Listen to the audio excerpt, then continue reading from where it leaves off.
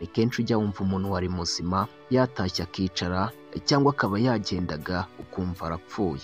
Hari indwara zimwe na zimwe ziba zikomeye cyane ku buryo iyo igufashe uhita witaba Imana mu gihe cyihuse. Gusa kandi nta ndwara n'imwe yibasira umubiri itabanje gutanga ibimenyetso twakwita ko ari impuruza. Stroke ni imwe mu ndwara zikomeye zibasira kandi zigahitana benshi. Niyo mpamvu ugomba kwita cyane ku bimenyetso byayo hakiri kare, ukaba wakwihutira kwa muganga bitarakomera. Ndagusuhuje cyane kandi nguhaye ikaze.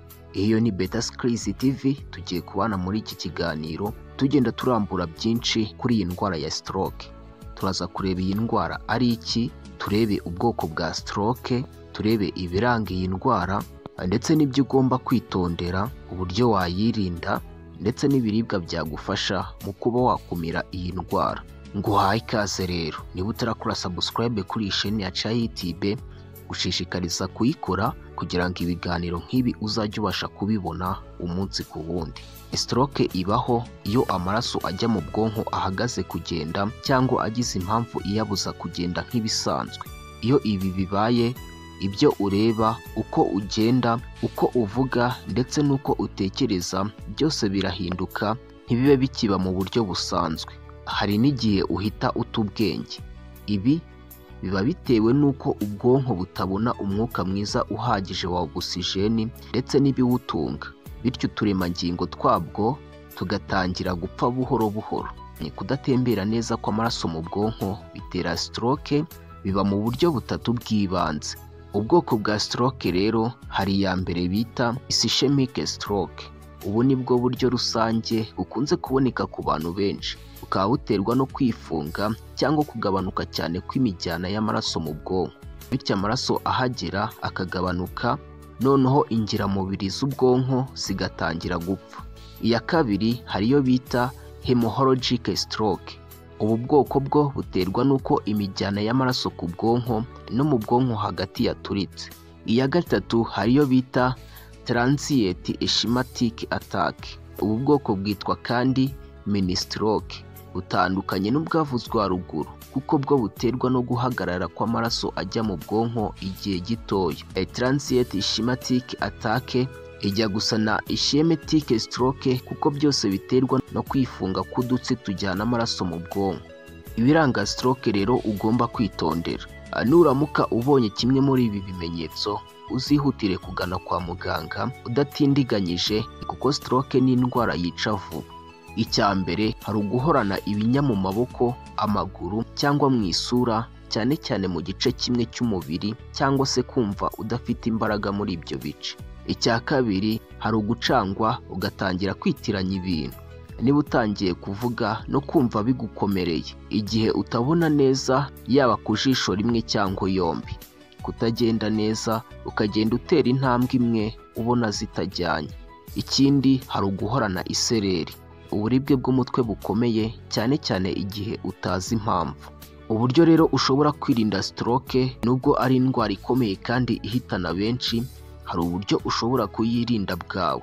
Dore bimwe mu byo wakora ukaba wagabanya ibyago byo gufatwa n'iyi ndwara. Icya mbere hari ugukora imyitozo ngororamubiri mu buryo buhoraho.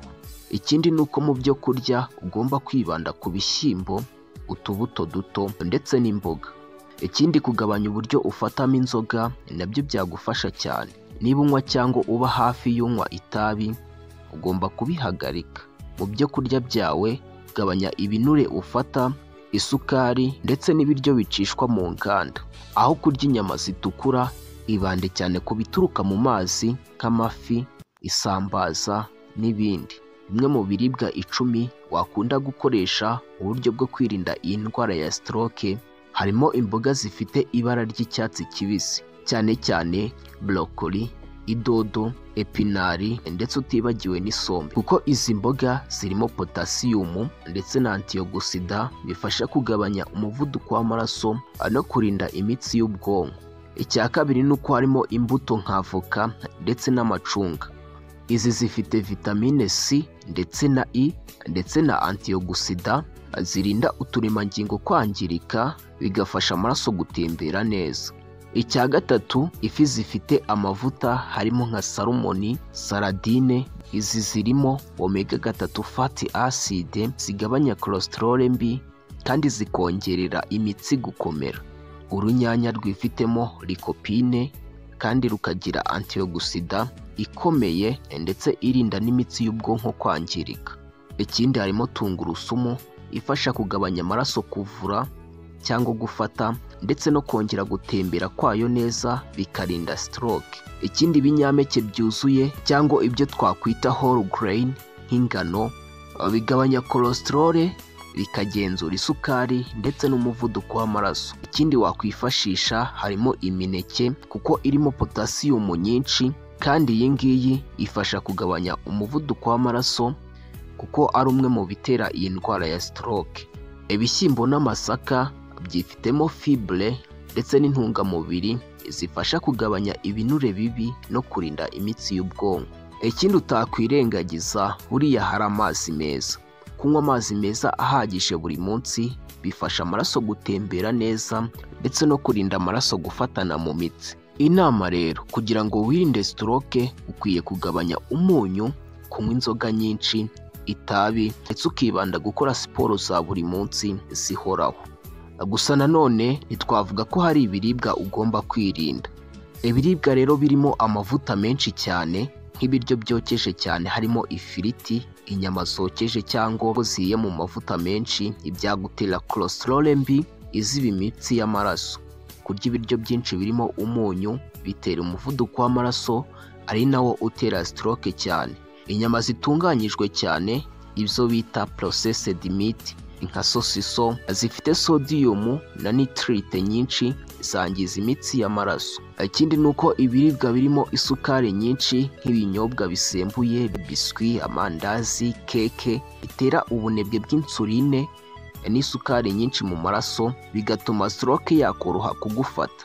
Ibinyobwa bisembuye ndetse n'ibidasembuye, ibinyobwa birimo nka Fanta, Coca-Cola na energy drink byongera ibinure bibi n'isukari mu maraso bigatera umuvuduko ukabije. Ikindi nuko harimo inzoga nyinshi. Kunywa inzoga nyinshi bitera umuvuduko w'amaraso, kubura amazi mu mubiri n'imitsi igatangira gucika intege.